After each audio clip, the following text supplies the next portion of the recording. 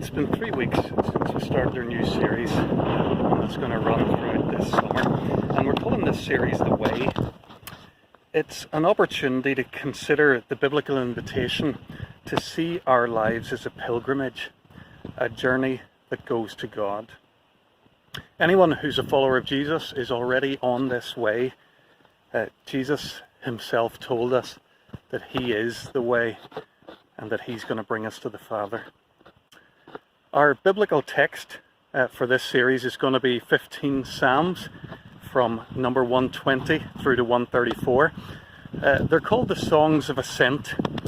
They're psalms that the Jewish pilgrims sang on their way to Jerusalem for the annual festivals each year. These are songs for the road, songs to remind them who they are and where they're going. These are songs that are going to help us on our journey to God.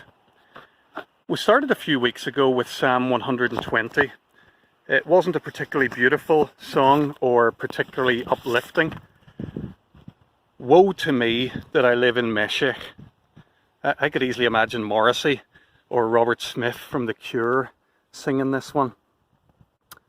We saw that the psalmist was fed up with a world full of lies, that he wanted to live in God's truth.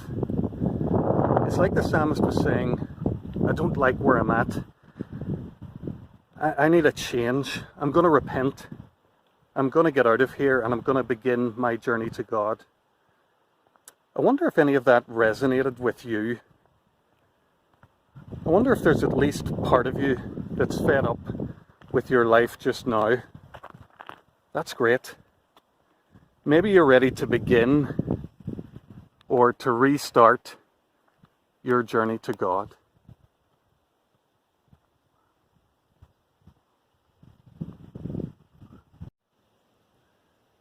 It's been a heartbreaking few days in the Ebbing House.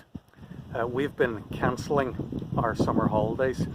We'd planned another big European odyssey this year via Holland through Germany, stopping off in Nuremberg and Mittenwald in the Bavarian Alps, and on to Riva del Garda in Italy, and then over to Interlaken in Switzerland before returning home via France. We love going on our summer adventures.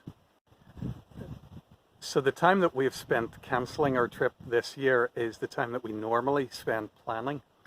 And a lot of our planning has to do with staying safe on our travels. It has to do with protection. So we make sure that the car's serviced and insured for travel. We make sure that we've wrote the right maps so that we don't get lost.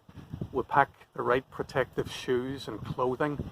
We have sunscreen to protect us from the sun. And once we've made all those plans, we top it all off with comprehensive travel insurance. Traveling can be dangerous. We want to know that we're safe, so we're looking for protection. The protection that we look for in our travel is really only one type of the protection that we're looking for right across our lives. Think of our growing fascination with health and safety, with risk assessments. We're increasingly into healthy eating and the safety ratings of our cars. Maybe you've noticed our new way of saying goodbye during the pandemic. Stay safe. That's what we all want, to stay safe, to find protection. Psalm 121 is a song for a pilgrim, setting out on his journey, who's looking for protection. And the big question at the heart of the psalm is a big question at the heart of each of our lives. Where does my help come from? Who's going to look after me? Keep me safe. Protect me. 3 weeks ago, when we began our series, we set out with the Hebrew pilgrims towards Jerusalem. And we made the point that any journey to Jerusalem is an uphill struggle. Jerusalem is at an elevation equivalent to the highest of our mourns.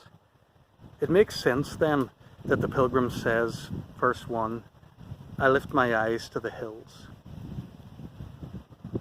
What's the pilgrim going to see as he looks to the hills? He's going to see some beautiful scenery for sure. Claire and I really love going to the mountains. We've had the privilege over the years to enjoy some of the best vistas in the Rockies and in the Alps. There's a particular walk that I love in Switzerland, the walk on a ridge in the Lauterbrunnen Valley through the alpine meadows towards the village of Mürren.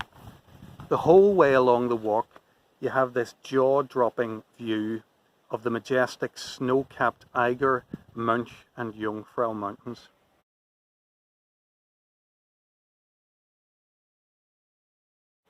Nowadays when we go to the mountains, we're generally going there for recreation and to enjoy the view.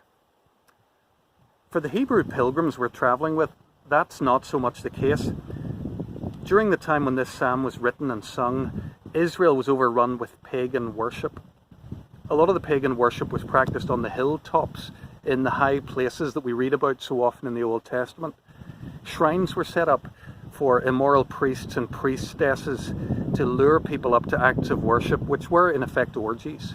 If you wanted a spell to protect you on the road, the temptation would be to go to the hills. Do you fear the sun's heat? Then go to the sun priest and pray for protection against the sun god. Are you worried about the bad effects of the moon? Go to the end of the priestess and she'll see you right with a charm.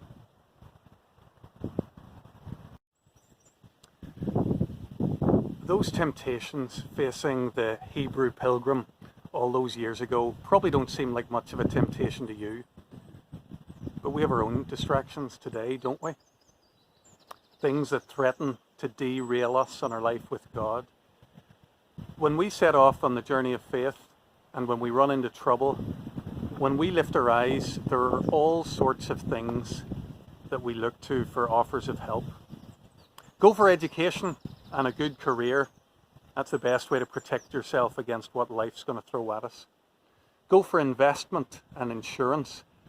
That's the only way we can have security. Look after number one. It's the only way to be sure that you and your family can be protected. Folks, when we lift our eyes to the hills, we can be sidetracked from our life with God. Psalm 121 is addressed to those of us who, in the words of John Calvin, disregarding God, gaze to a distance all around them and make long and devious circuits in quest of remedies to their troubles. Look with me one last time at the opening verses of this psalm, and you'll see that it comes to us in the form of a Q&A. Question: where does my help come from? Answer: my help comes from the Lord, the maker of heaven and earth. Our psalmist, our fellow pilgrim, says he's not going to settle for help from the hills. He's not going along with the norms of his culture. When it comes to looking for protection, he knows where he's going. He's going to the Lord, the creator of heaven and earth. His creator will be his protector.